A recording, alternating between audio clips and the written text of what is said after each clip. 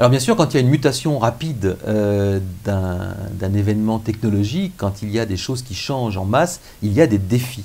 Alors on va essayer de voir aujourd'hui quels sont les défis du Web 2.0, qu'est-ce qu'il nous permet, qu'est-ce qu'il nous promet et qu'est-ce que nous devrions faire si nous voulons pouvoir en profiter.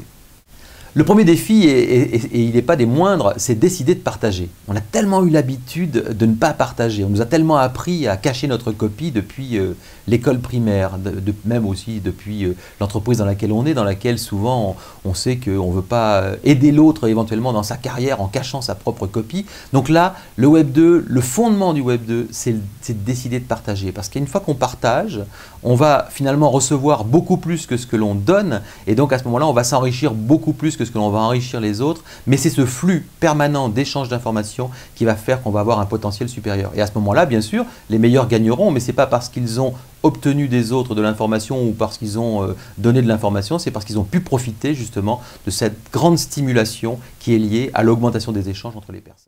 Décider de s'ouvrir, c'est vrai que c'est un des points aussi assez importants. Certaines personnes d'ailleurs sont choquées en disant les gens mettent toute leur vie maintenant sur le web, on sait les photos qu'ils prennent, on sait les gens avec lesquels ils sont amis, etc. Ben oui, ça fait partie de la vie en société, de pouvoir partager avec les gens et aussi au travers du réseau un certain nombre d'informations qui permettent de mieux se faire comprendre, de mieux dire ce que l'on a à dire, de mieux être compris et éventuellement d'avoir des gens qui viennent vers soi après parce qu'ils ont mieux compris qui l'on était. Donc s'ouvrir, c'est s'ouvrir pour avoir la chance de rencontrer. C'est pas s'ouvrir par un narcissisme pur ou uniquement par égocentrisme, c'est vraiment s'ouvrir pour avoir la chance de croiser des gens avec lesquels on a des choses à faire, avec lesquels on aura des projets à monter, des projets à mener. Donc s'ouvrir, c'est aussi une des exigences et c'est aussi un des défis du Web 2.0 aujourd'hui. C'est vrai que c'est un des constats que l'on peut faire aujourd'hui, c'est que le Web 2 repose sur un postulat formidable qui est de dire tout le monde a quelque chose potentiellement à dire, a quelque chose d'intelligent à apporter aux autres. Et même si cette chose est petite, additionner les unes aux autres, ça finit par faire quelque chose de particulièrement riche et intéressant. Donc quelque part, c'est une confiance dans l'intelligence de l'autre, confiance qui malheureusement est souvent niée dans les organisations, où on a plutôt tendance à dire aux gens exécutez mais réfléchissez pas. Là, le Web 2.0, lui, il met en avant l'autre est quelqu'un qui a des idées, l'autre est quelqu'un qui a une autre réalité, l'autre est quelqu'un qui a des façons de réfléchir et des grilles différentes. Donc s'il les apporte et s'il apporte cette intelligence, c'est formidable, on va tous être riches de cette intelligence collective. Et l'intelligence collective, c'est d'abord d'apporter sa part d'intelligence au système. Alors bien entendu, le Web 2 remet en cause énormément de choses et notamment les approches de formation.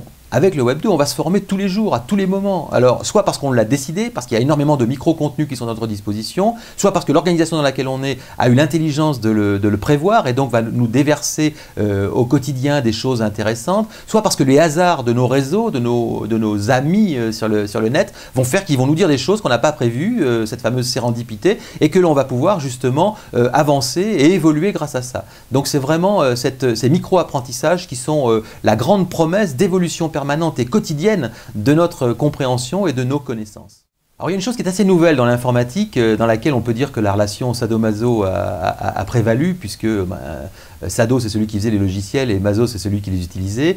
Ici il y a vraiment une notion de se faire plaisir. On se fait plaisir avec des applications qui valorisent notre intelligence, qui valorisent nos échanges, avec des applications qui sont simples, qui ont une ergonomie souvent idéale, qui ont peu de boutons, peu de fonctionnalités, mais qui les font parfaitement bien, qui sont peu buggés, voire pas buggés du tout. Donc ça veut donc dire que réellement on prend en compte le fait que si l'on veut vraiment s'exprimer pleinement sur le net, vaut mieux se faire plaisir que d'être tyrannisé par des outils qui nous disent ce qu'il faut faire. Là, c'est nous qui utilisons les outils pour pouvoir créer des informations différemment. Dernier défi, et il n'est pas des moindres, c'est que tout ça, ça nous oblige à repenser nos organisations, qu'il nous faut nous organiser différemment, travailler différemment, nous former différemment, penser différemment, produire différemment.